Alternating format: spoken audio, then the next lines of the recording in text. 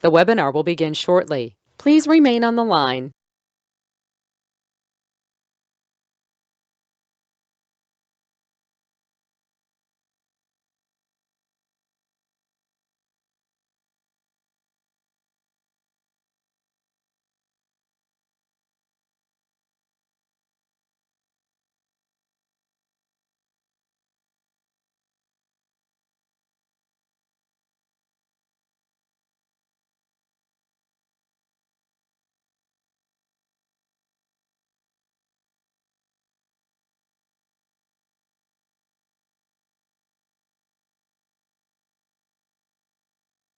The webinar will begin shortly. Please remain on the line.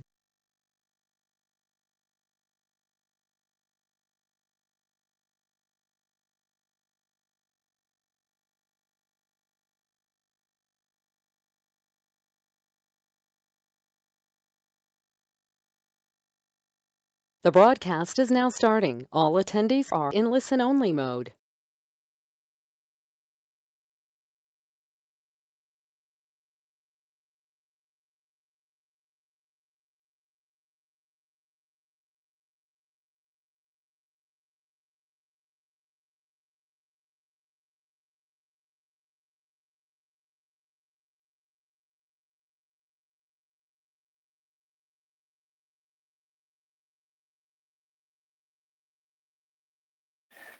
All right.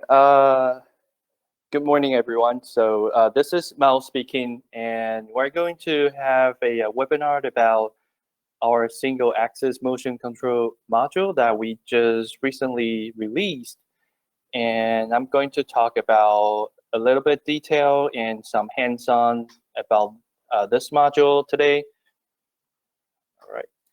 So the first thing I'm going to talk about is our control solution overview about our control product line and how you can use our product to make your own control solution. Then I'll talk about some more details about our IR motion control unit.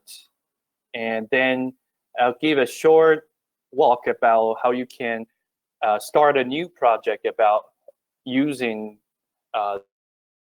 the IRPU01 module. All right, so this is our control solution overview. So first, we're going to have a Codis soft PLC controller. So right now you can use our HMIs in a CMT series. So we have 7-inch. Those two are the 7-inch and 9.7 inch, 15-inch, and then we just released a new one which is called the CMT controller, which is a IoT controller. And then we have couplers that you can connect with our soft PLC controller. And then we have digital input and output and analog input and outputs. And what we're going to talk about today is our pulse unit. So you can see from the name that this is IRPU, and PU means pulse unit. And the last character, the last letter is P, which means it is a source unit, just showing here. This is our motion control module. So what you can do with our control module is you can use like any scenario, including like food industry, textile industry, plastic industry, etc. Anything that you need motion control, and we can support up to 4 axes per coupler. So that means for each one of the coupler, you can have 4 IRPU01 modules, and then you can imagine that if you have multiple of the coupler, then you can have more and more axes connect to our soft PLC controller. Okay, so this is our scenario that we're going to talk about today. So a Codisys soft PLC controller connect through the CAN open bus, which is our CAN open coupler, which is our IRCOP module. And then it will control the motion unit here and taking high speed e-pulse inputs either from a manual pulse generator or any encoder sensors. And then it can send high-speed pulse output to motor drive, just like shown here. Or you can send the pulse output to a linear guide to move a linear motion.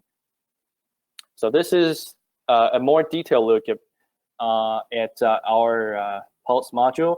So on the top is the input, and at the bottom is the output. So first we have the pulse differential output here, and then we have pulse input for the encoder and the MPG or anything differential, and taking 4 different digital inputs. So one of them can be home sensor, a positive limit, and a negative limit. And then outputs, you can have high-speed output here because when you sense something from the pulse input, you can we have a special function called digital cam switch. So when your motor rotate to a very specific degree, you can send different combination of digital output here. And also our pulse input and output, we support clockwise, counterclockwise, and pulse direction, different combination of pulse input and outputs. All right. I'm going to talk about the features. So if you have already downloaded our control library on our website, so you can go to our website. I'm sorry, weintek.com.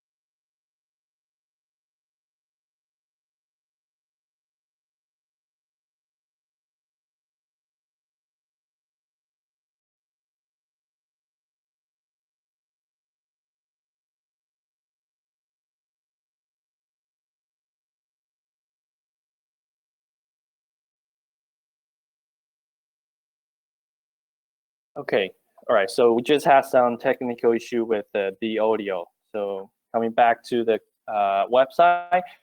So if you can go to our website to download the package, and then you can see that we have several motion control library already ready for you. And we designed those function blocks according to the PLC open specification. So you can see that from the name. So we have a motion control, power on, stop, and many different function blocks. And I'm going to talk about one by one about the features and the function blocks that we have with the motion control unit. So first, we'll start from the discrete control, which is positioning. So moving to an absolute position or relatively from a current position, like a +10 or -10. And we have buffered and blended moves for if you have multiple commands, then we can help you to blend them or mix them together. And then we have velocity control, which is a continuous control. And then we have a synchronized motion, so you can have 2 different axes, one master and one slave. And the slave unit will follow the master unit, just like a gear. Okay, and then we have homing, capture, and digital cam switch. So we'll start from, hold on a second. Start with the positioning. So we have move absolute. So what is move absolute? So you can move from any place and to a specific location. And then we have move relative.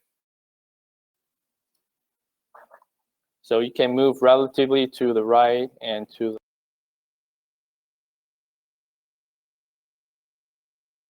okay. All right, and we have buffered and blended move. So buffer means that you can send multiple move commands, and then we will catch those commands, and then when we finish one, and we will continue to the next one. So the command will be buffered, so you can see the block box here. So it moves from the point 0 to 1 and to 2. And blending moves is that we will help to mix from point to point together. So you won't notice this. You won't notice any stop here. So it will move from the P0 to 1, and then immediately with the same velocity and accelerate a little bit into the point 2. So it's a better and smoother movement solution. And we have velocity control, which is a continuous control. So you can, if you have, you don't have a linear guide, maybe you have a rotor or motor, then you can make it rotate at a constant speed. So just like this, with a given acceleration and deceleration. Okay, and we have a special function called V-bias. So V-bias is designed that maybe some of you have some experience with a stepper motor. So for stepper motor, if you are at very low speed, you will have vibration, you will have resonance, some bad situation, and you don't want this. So people would like to increase the speed, ignoring the acceleration. So increase the speed to this high level so you can avoid the vibration and the resonance caused by low speed. Okay, so this is our V-bias. And then we have S-curve profile, or you can call jerk elimination. So you can imagine when you are trying to moving something, if you move and stop, you will notice that there's some vibration. And so just like if you look at the picture here, if you move something, increase the velocity, and then you stop, then you will notice there, like if you are moving a water tank, you will notice that the water is shaking and moving. So by using the S-curve profile, you can eliminate those physical effects to a minimum. So you don't have to worry about the water spilled out to the ground, or your item is being damaged or something like that. Okay, and then we have this is called gearing or synchronized motion. So we can take pulses from different encoders. So you can imagine this is a master motor, and then this is the slave motor. So we can take encoder inputs from the master, and then maybe with some ratio, like the ratio here, we have a ratio numerator and denominator. So maybe the master moves 10 degrees, then we can move like 1 degrees or maybe 100 degrees with the ratio. So this is gear synchronized motion, like this. So if you have a manual pulse generator, you can rotate the MPG and then rotate the and to move the linear guide or the motors. Okay, so let me just show you right here. To pull up the picture. All right, so right here I have this is what I am here right now. So I have a manual pulse generator here, and I have a web camera install on the linear guide. So I'm going to open the linear guide, the webcam here. All right, so I'm going to move, and if you can hear the sound, I'm moving the MPG right now. All right, so what I'm showing here, I'm moving the linear guide with my hand. Okay. So you can see from the webcam. So this is a actual application that you can use with our motion control unit. So you can have our IR COP can open coupler and connect with the IRPU here, and you can see the IRPU is taking encoder input from the stepper motor and sending the pulse output to the stepper motor right here. So we'll come back later. So let's go back to the slide. All right, so this is gearing and synchronized motion.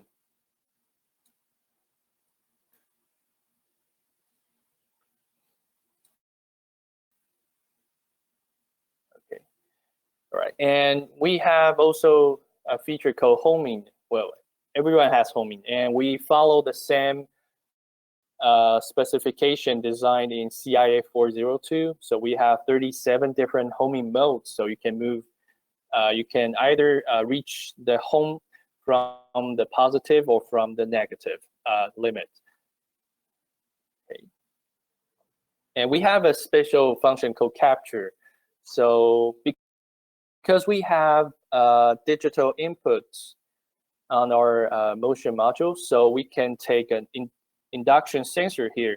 So when your part moves, you can notice that it stops here. So when the sensor notice that there's a part coming in, and you will start counting the pulses or the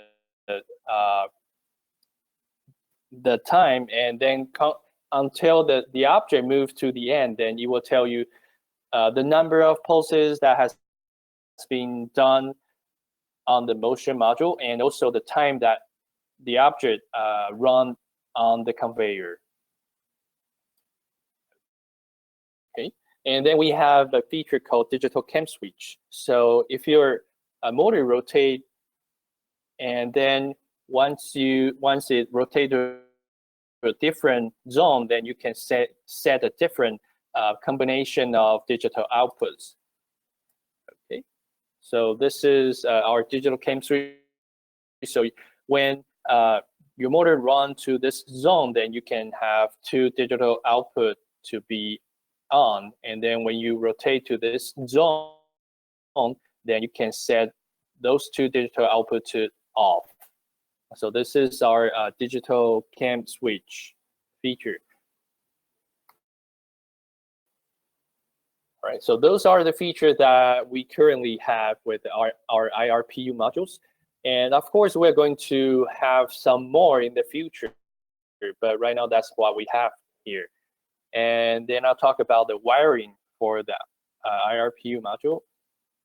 So we on the top here is our pulse differential input. So you can have just what I just showed you here, that I have an MPG. So the MPG is sending those encoder output to our module. And then we can have 4 different input taking, like the positive limit, negative limit sensor, and the home sensor from the linear guide. And also we can sending those pulse output to any motor drive, like a Mitsubishi MRJ4 drive. So our pulse differential output A+, A- will connect to their PP and PG. So you can see that this is positive and negative, and their P and G and P and G here. And then we can also send those digital output to tell the drive to start or to reset. So our digital input default meaning is the first digital zero will be positive limit, and negative limit for the DI1, and emergency stop for DI2, and then homing sensor for the DI3. And those can be changed by parameters. So the capture feature that I just talked about, you can change those settings using our object dictionary. Okay. So I'm going to talk about some parameters that you're going to configure when you start using our motion control unit. So the first thing you need is to set your user unit. So this is also called scaling. And then you have to set limits, so you don't want your motor to run too fast and too slow. So you have your limits, and you have you can set your pulse input and output mode, because some motor they only take A/B phase, or some only take the clockwise and counterclockwise inputs. Then homing. So the user unit here is you have to configure the position encoder resolution, which means the number of pulses for a single motor turn. So if you want to turn the motor for a full circle, then this is the number of pulses that you need to send. And then the gear ratio you can see from the picture on the right. So this is the scaling is taking from the position encoder resolution, sending to the motor encoder and driving the gearbox. And then we have a feed constant telling that if you are using a linear guide, then how long you will travel for a single turn. Because most people, they are using ball bearing linear guide, and so they are actually rotating to move linearly. So this is user unit, and then we have limits. So you have to set a maximum motor speed. So this is in pulse per second. So the user unit here, this is pulses. So, the number of pulses for a single motor revolution, and this one limits here is the pulse per second. Okay. And other parameters here are in user unit, just like what you defined here.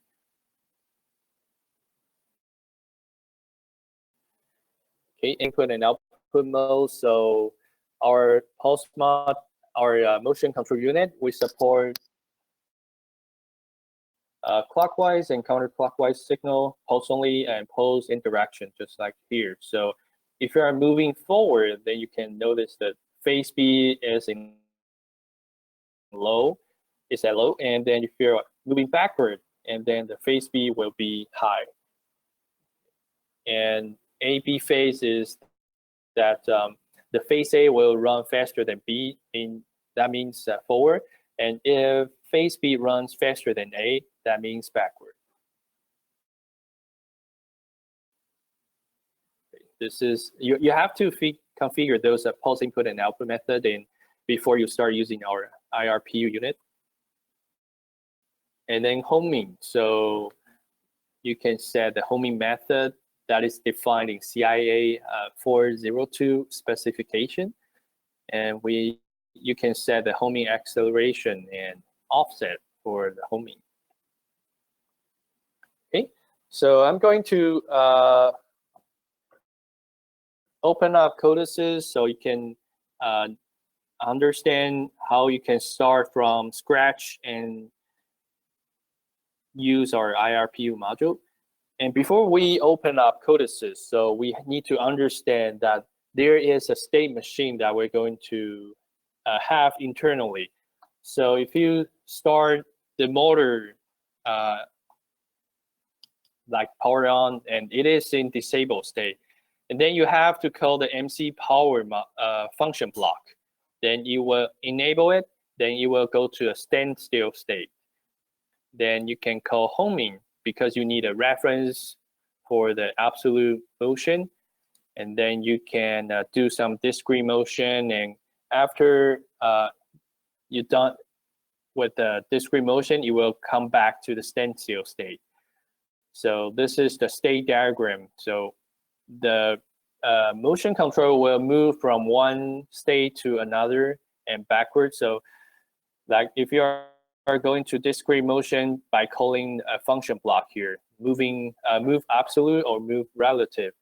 And then at the same time, if you want some emergency, not emergency, you want to stop the motion, you can call MC stop, and then it will move to stopping state.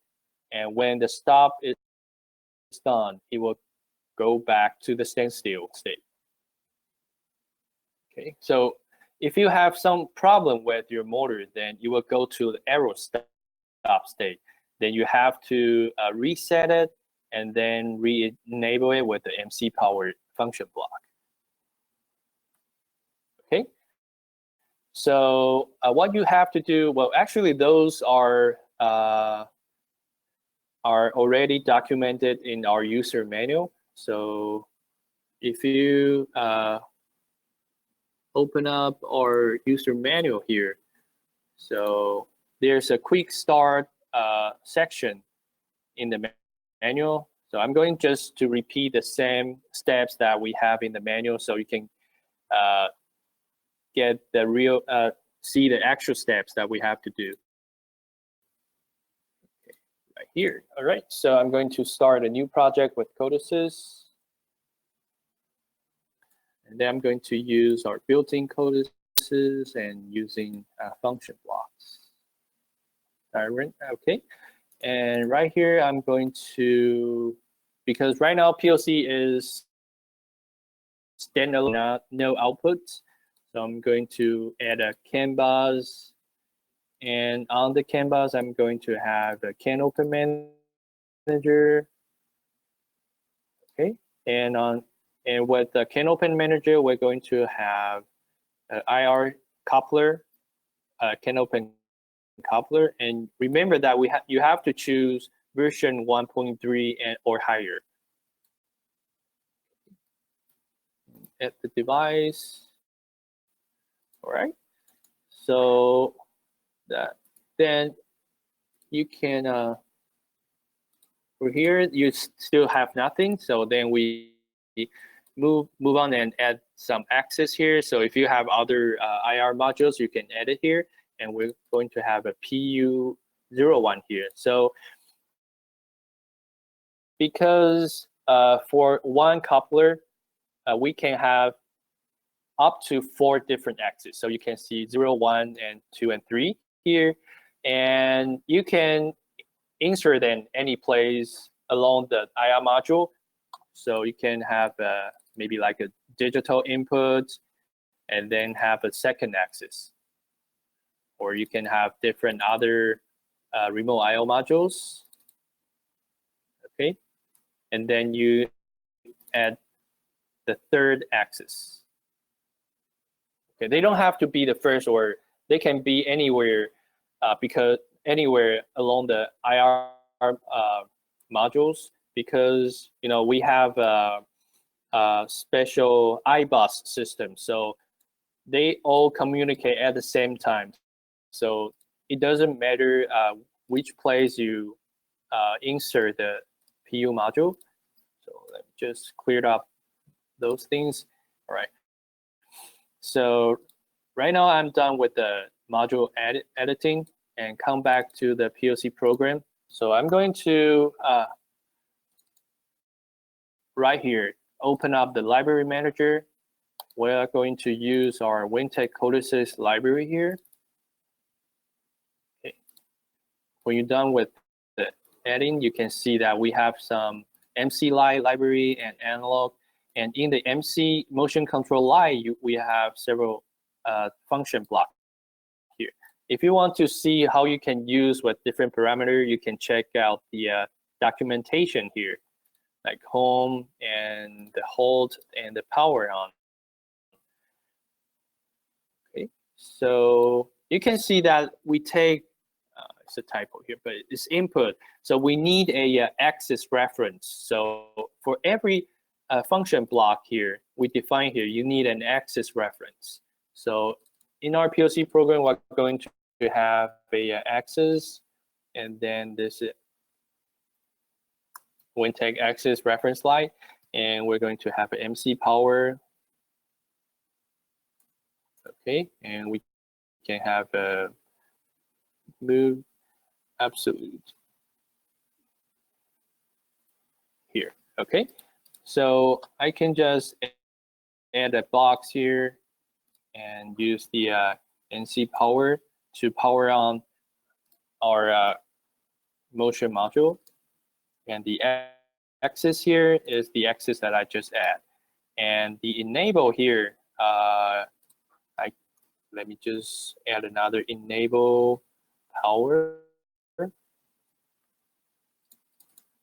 This is enable power. Okay, and then I'm going to have a start servo. So servo on a Boolean variable. So X servo on here, and copy this. Okay, so we don't actually need all those states here, but you can save them to a different variable to check the status, because sometimes when you power on your motor and something bad will happen. So you can check out those different status, but right here I'm going to delete all those question marks. And then I'm going to have another box, which is MC move absolute. Okay, so this is always on, and add the axis reference.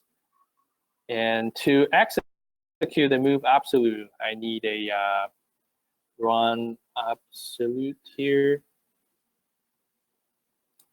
Okay. Well, actually, I don't have to, if I'm just testing, I don't have to create,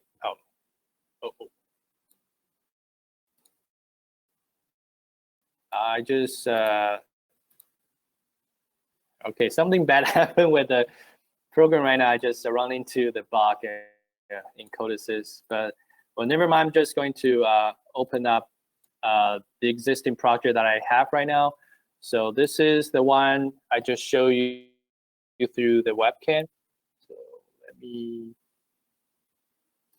open up the webcam here. Okay. So let me log in to it. Okay. So you can see right here. So what you need is define all those variables with our function block. And also remember in our IR coupler and go to the CANopen IO mapping, we have you have to map all those variables, because our MC modules, they control the axis through this axis variable, and this axis variable is mapped through the IO mapping here. So you can see that the axis 0 is mapped to a specific CANopen variable here. So you have to follow the naming. So you can see that profile acceleration, the name is very similar. So if you don't have the manual, you can check those naming here. The variable name is very similar. Okay, let's go back to the program here. So right now I have power on my IR unit and the motor. Then I can maybe do homing and move it with a given velocity here. So let me open up the codices and the webcam. So I can tell the motor to start running. Okay, did you notice that the roulette is rotating right now? then we have a feature called continuous update. So if I change the speed right now, like 200 and update, so you can notice the speed is a little bit faster. And if I change it to 2000, okay. Due to network speed, maybe you can notice a little bit difference, but I'm going to move it to a full speed. Okay, just like a card, you can't notice any numbers on the disk right now.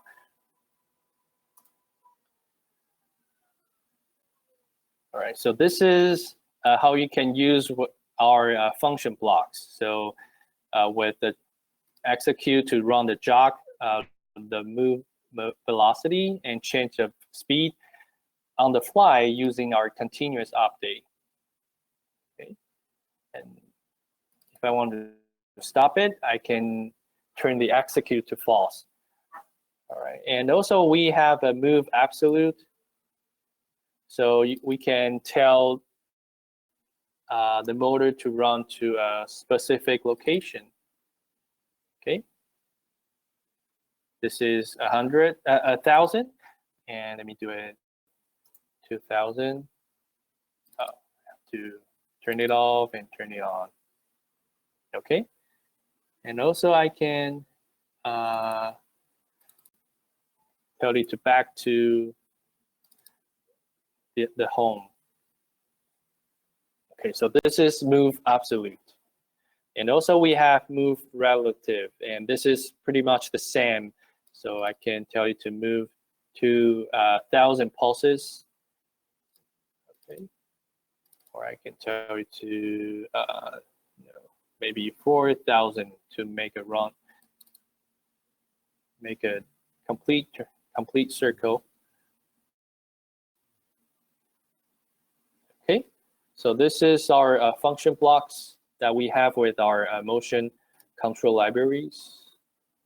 And if you have problem with setting up the IRPU module, you can check out our user manual and double check the step that you have. So remember that I just mentioned here that the IO mapping, you have to configure it, and right here. So it is documented here. And you can, after that, you can just log in, enable the MC power, and start control the motor. Okay, so this is the overview of what I have here. So I'm going to move the manual pulse generator again. Sorry.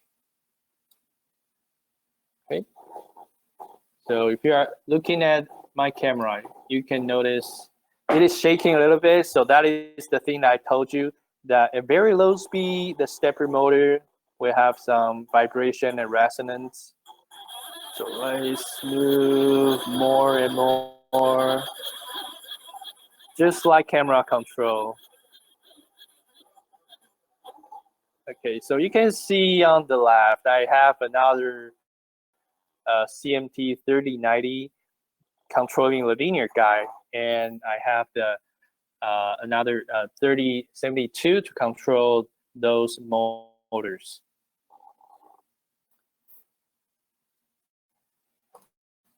All right, and here is a product list for our IR series and the controller. So for HMI, we have those 7-inch, 9.7, and 15-inch. And we have different couplers, including the Modbus, TCP/IP, CAN open, EtherCAT, and our digital analog input output and motion module here. So that's pretty much for the webinar for today. So if you have more question or any problems, you can contact us, or you can open the panel on your right. You can ask our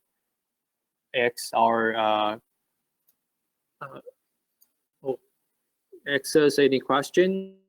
So, okay. All right. Thank you for joining us today. So, if you don't have any question, you may give us some feedback afterward. We'll send a feedback form to you. And if you have further question, you can leave it in the question or in the chat room on the panel, in the panel on the right.